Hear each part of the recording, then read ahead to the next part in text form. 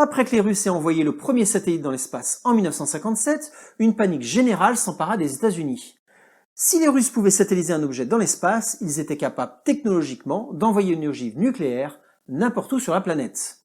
Pour se défendre et espionner les Russes, les Américains eurent l'idée de développer une petite navette spatiale ressemblant à un petit shuttle ou à la navette Dream Chaser sous le nom d'Inasoar.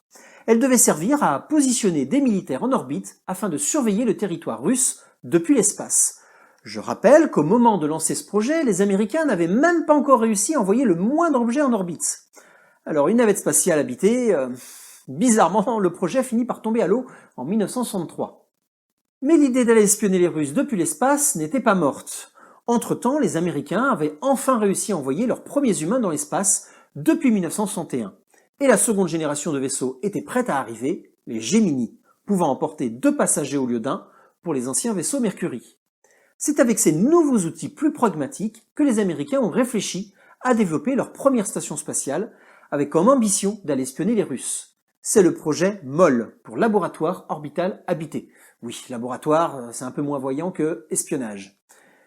L'idée était d'envoyer une capsule habitée Gemini et ses 2 occupants accrochés à un 3e étage de fusée Titan 3M de 22 mètres de long, vide. Arrivés en orbite, les 2 occupants pouvaient rejoindre l'étage vide, transformé en station spatiale. Une fois leur mission terminée, ils retournaient dans leur vaisseau qui les ramenait sur Terre. 7 missions étaient prévues entre 1970 et 1975, dont 5 habitées.